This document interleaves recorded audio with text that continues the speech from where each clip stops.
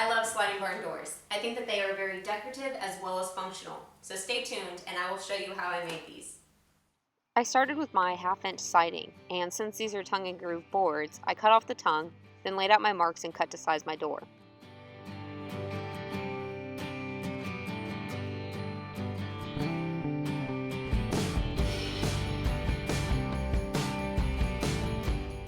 Then I just repeated the steps to make a second door.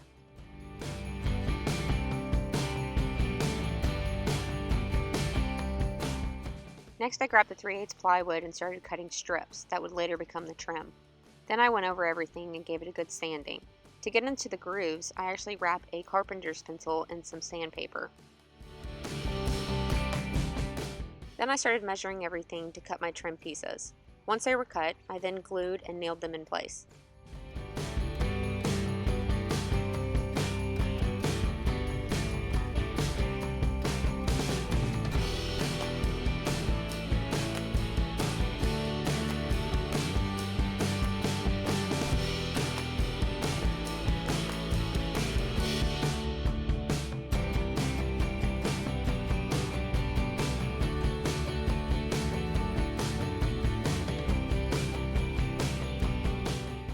With the doors done, then I just started prepping for paint.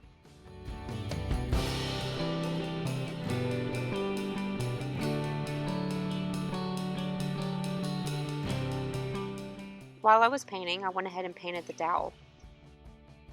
With all of that drying, I stuck my 1/8-inch flat bar in my vise, then used a sawzall to start cutting strips.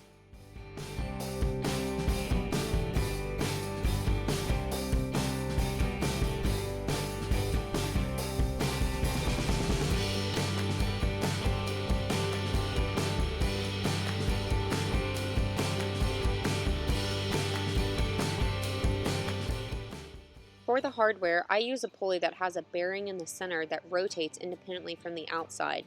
But if you attach a flat bar directly to it, it can no longer rotate. So instead, I stuck 3 washers in the center, attached the flat bar, and now it has clearance to rotate.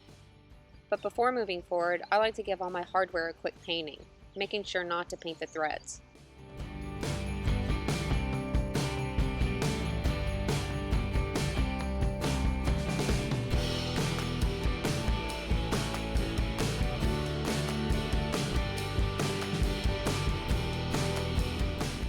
For the flat bar, I first lay out my marks, then drill the holes, starting with a smaller bit and then stepping up to 1/2 inch.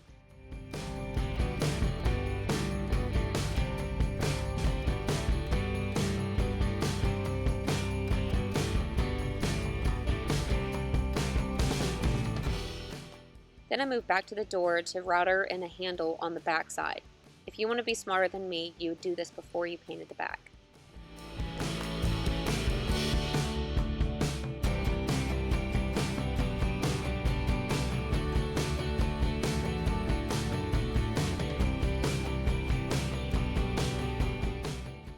With the hardware dry, I then started mounting it, making sure I left at least 5 inches hanging off of the door. I started with the pilot hole and then moved up to 1/2 inch. I used a flat washer and a bolt on both of the bottom holes, then a flat washer and a nut on the back. To attach the wheel, I use a washer and a bolt through the flat bar, then put the wheel on with 3 stacked washers in the center. Once that's sandwiched together, I then put another washer on the back side and tighten it down with a nut.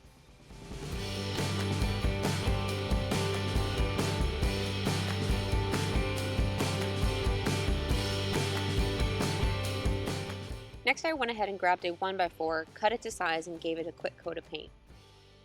While that was drying, I laid the door on its side, then used a right-angle grinder to cut off the tails of the bolts. This will reduce how far off the wall you have to mount your door. To paint these fresh cuts, I spray some paint on a foam brush. Then I went ahead and painted my 3/16 flat bar. Next, I cut up the dowel that will become the spacers. How far off of the wall you want your door mounted will determine the size of them. Then I took them to the drill press to drill an off-center hole, again starting with a smaller bit and working my way up. Last thing for the door is to mount a handle.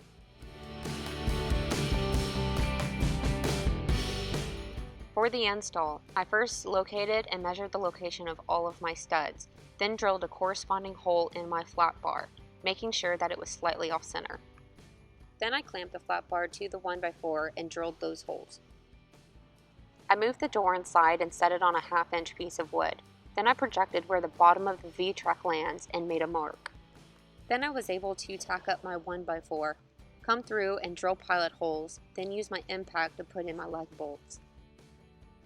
To install the door, I slightly tilt it and then just set it in place.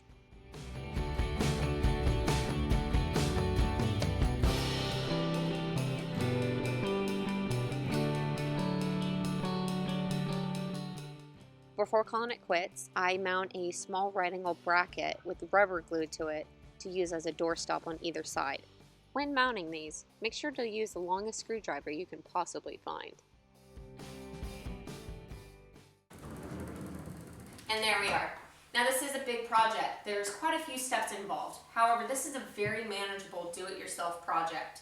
If you were to hire this out, it would be somewhere between $800 to $1,000. Between these two, I only spent $240. So it's quite a bit of money saved for just a little bit of my time.